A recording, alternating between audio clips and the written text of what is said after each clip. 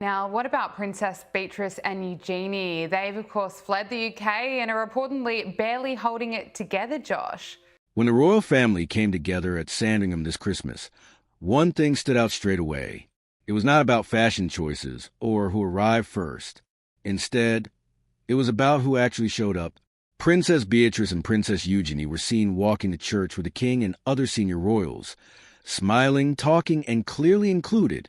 Their parents, Andrew Mountbatten-Windsor and Sarah Ferguson, were completely absent. For a family long focused on managing scandal, the contrast felt intentional. And according to royal observers, it was exactly that. The Christmas Day church service at St. Mary Magdalene on the Sandringham estate has always been a strong visual signal of status within the royal family. Nothing about attendance is random. Every step and every position in the procession is noticed. This year, Beatrice and Eugenie arrived with their husbands and joined the wider family walk, appearing calm and confident. Cameras showed them chatting comfortably as they headed toward the church, while their parents were entirely missing from view. That absence is now familiar, but their daughter's visibility felt especially meaningful. As is well known, Andrew Mountbatten-Windsor and Sarah Ferguson have been pushed out of royal life after years of controversy linked to Jeffrey Epstein. Andrew stepped back from public duties in 2019 and later lost his military roles and royal patronages.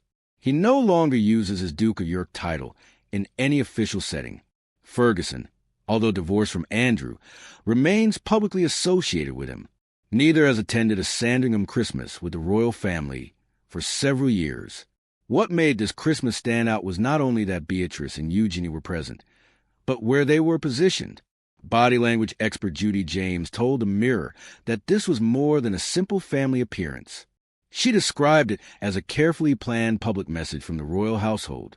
According to her, behind-the-scenes planning appeared to support the sisters at a crucial moment for their standing within the family.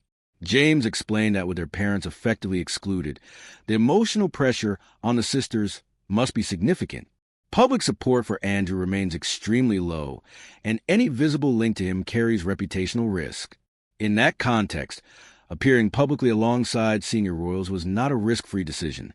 She added that moments like this would naturally involve underlying tension, even if everything appeared friendly on the surface. Despite that, the message came across clearly. Beatrice and Eugenie were not pushed to the edges. They were placed prominently. One detail James highlighted was Eugenie's position during the walk to church. She followed closely behind King Charles, a placement that does not happen by chance. Her uncle, Prince Edward, walked beside her, chatting casually. James described this positioning as visible reassurance and unity, signaling that the king's nieces are still viewed as part of the royal core despite the scandals tied to their parents. She said the royal institution appeared to be making a strong visual statement. For royal watchers, this mattered because Beatrice and Eugenie have kept a relatively low profile in recent years. Neither sister has been accused of wrongdoing, but both have understandably stepped back as scrutiny around their parents intensified. This Christmas marked a change. The sisters were not just included. They were clearly presented as relaxed, confident, and fully integrated into the family procession. They projected steadiness at a time when their family name remains controversial. The timing is also notable. Allegations and claims connected to Andrew and Ferguson continue to surface, keeping their names in the headlines.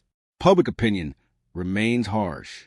Bringing Beatrice and Eugenie forward now suggests an effort to clearly separate the next generation from the scandals of the past. The inner workings behind these decisions are never shared publicly, but the royal family has always understood the power of visual messaging. Walks, appearances, and seating arrangements are about symbolism as much as tradition. Who walks together? Who stands where?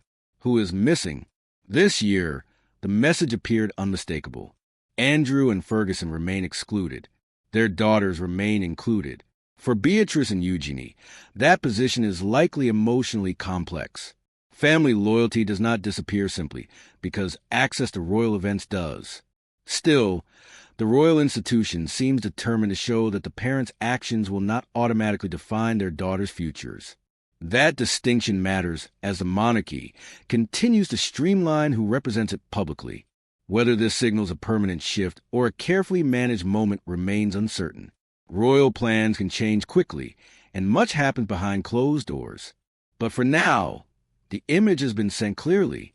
The king's nieces belong at Sandringham. Their parents do not. And more than any statement or press release, that is where the royal family appears to have drawn its line. It also seems increasingly clear that Beatrice and Eugenie have made their choice. So, what do you think about this appearance? Do you believe this points to a long-term reintegration for Beatrice and Eugenie within royal life? Or was this simply a one-time show of support during a difficult period? Share your thoughts below. And if you enjoy these updates, be sure to subscribe so you don't miss the next one.